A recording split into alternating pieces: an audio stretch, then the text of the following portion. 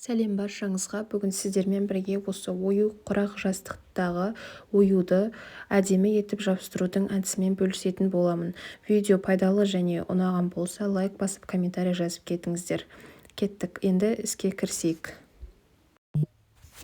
Ең алдымен бізге дайын осылай өлшеп кесіліп алынған 24-24 сантиметрдегі велюр матасы қажет болады, және дәл осы өлшеммен бізде 4 штук осындай квадрат қажет. Біздегі екінші, үшінші және төртінші осындай дайын маталарды біз алдын ала дайындап өлшеп кесіп аламыз. Және осы 4 штук матаға бізге осындай астында паутинкасы бар дайын ою қажет болады. Бұл ою біз лазермен кесіп алынған алдын ала дайын тұрған ою. Бұл оюдан бізге 2 штугы қажет болады. Біз осы 2 штукты 4 матаға жабыстыратын боламыз. Ең алдымен осы квадраттың біреуін алып жерге жайып, осындай ворсын төмен жоғарысын анықтап аламыз. Бізде ворыстардың барлығы төмен қарап жатуы қажет. Және осыны анықтап алғаннан кейін оюды да осының үстіне төсеп жайып алғасын, оның да ворысын төмен қарай қаратамыз.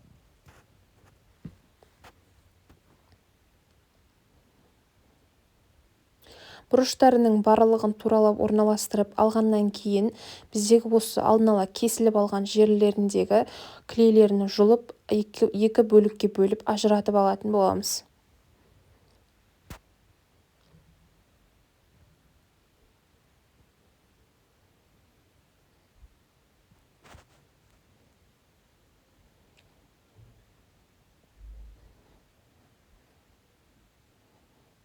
Дәл осылай мұқият астындағы паутинкалары бір-бірінен ажырап кетпейтіндей болып, осылай ортасынан бөлініп алынуы қажет.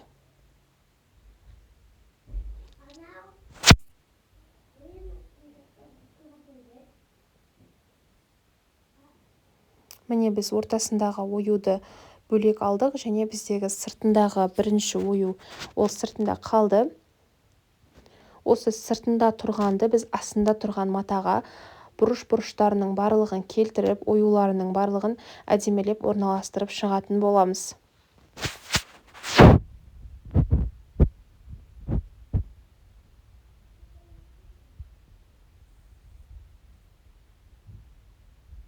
Міне осылай размермен сәйкестендіріп барлығын әдемелеп төсеп алғаннан кейін біз екінші бетін жабыстыруға кірісеміз.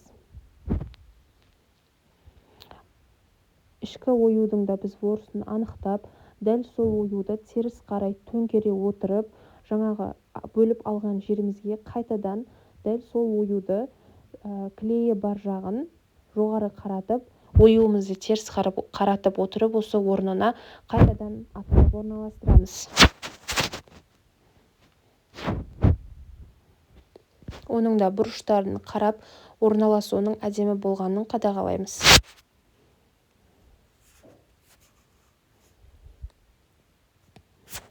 Міне бізде 3 бұрышы дайын болды, және біздегі 4-ші жақ бұрышында орналастырып алдық. Тегістеп барлығын мұқият жабыстырамыз. Ол бір-бірінің үстіне мінгесіп қалатын болса, оюымыз қисайып немесе әдемі емес болып қалуы мүмкін.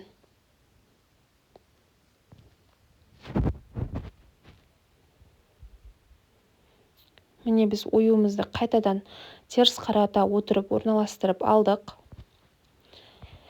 Және осы теріс қарап тұрған оюдың үстіне біз екінші квадрат 24-24 жаңағы айтып кеткендей екінші бөлшек матаны осының үстіне жабыстыратын боламыз.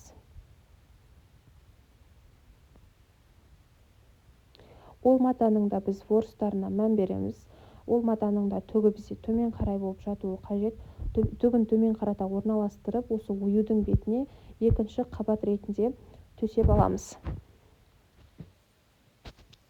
Сонда бізде бірінші оюымыз астындағы төменгі матаға, және теріс қаратып жабыстырған оюымыз осы үстіне жапқан матаға жабысатын болады.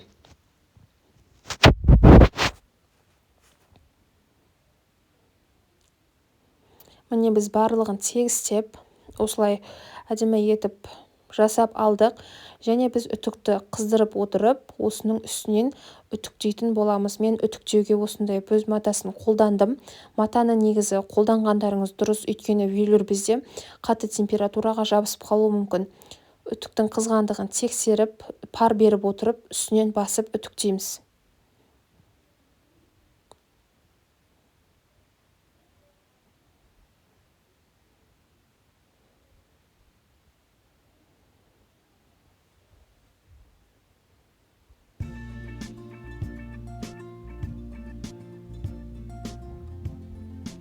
Барлық бөлікке қызу жақсылап барып және осылай тегіс жабысқандығын тексеріп отырамыз.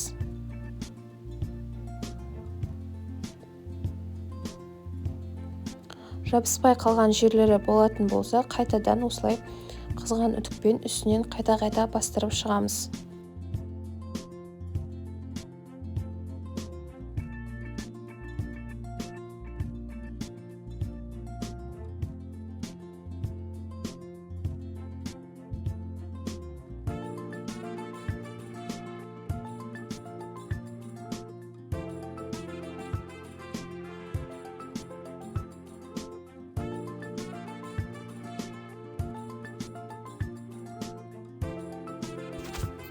Міне бізде оюымыз осылай үтіктеліп жабысып шықты және біз екі оюды бөліп алып, ашып, жабыспаған жерлері болса тексеретін боламыз. Егер жабыспай қалған жерлері болса, қайтадан жеке-жеке төңкеріп отырып, үстінен үтікпен басып шығамыз. Ол тіккен кезде бізге кедергі жасайды, зигзагқа салған кезде ашылған жері жылжып кетуі мүмкін. Сол үшін барлық жерінің жабысқандығын қадағалаймыз.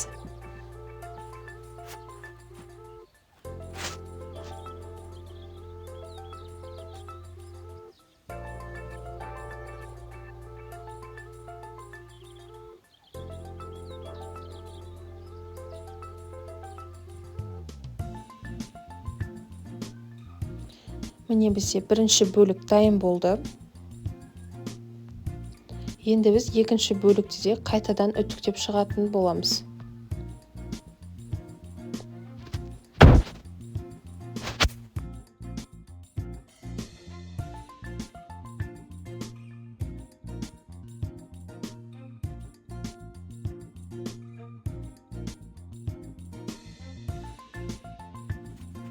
Міне екінші бөлікті де үтіктеп алдық. Бізде екі бөлікте дайын.